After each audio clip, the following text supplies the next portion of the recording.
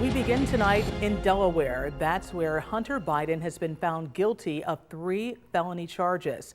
The only living son of the president had pleaded not guilty to criminal possession of a gun while using narcotics, but now he could face jail time as well as hefty fines. Thanks for joining us on the 5:30. I'm Claudine Ewing. Tonight we are getting expert legal analysis on this case and its impact. Joining me live now via Zoom is Sean Donahue, a clinical assistant professor of political science at the University at Buffalo. Thanks so much for joining us, first of all. My pleasure.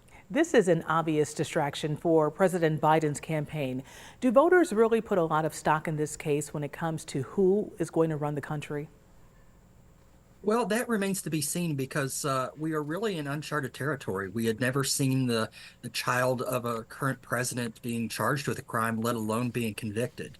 So Republicans have been, because you've had the prosecutions of President Trump, have been saying things like a two-tiered system of justice.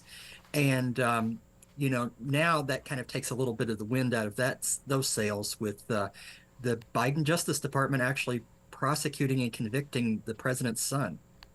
You know, when you think about what you said, how can the Trump campaign use this to their advantage? And is there any advantage for the Biden camp? Well, I think that's a really interesting question because while we're talking about a gun charge, the underlying part of it is that Hunter Biden filled out a form that said he was not addicted to drugs at the time that he when he was applying to purchase the gun. So a lot of Americans in their families or even personally have issues with the addiction and things.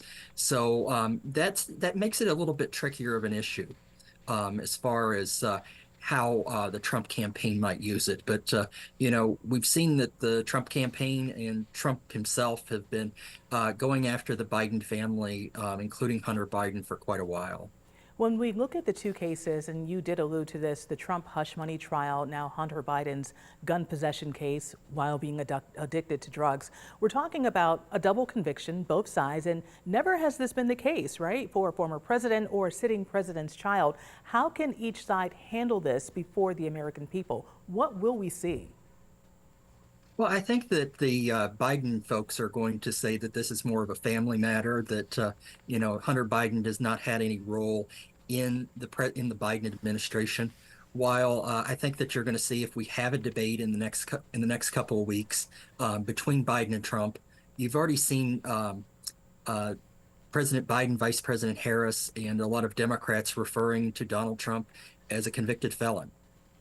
Yeah, so there's no way they can avoid this during the debate when we see that. Do you think a silent majority or an outspoken minority will reverse roles to pump up the voters? Well, I mean that's something that, like I said, that we're in uncharted territory on both ends. So since Trump's conviction, we saw a very slight movement towards President Biden by maybe 1 or 2 points in some of the polls. We'll have to see how this is going to play out as well.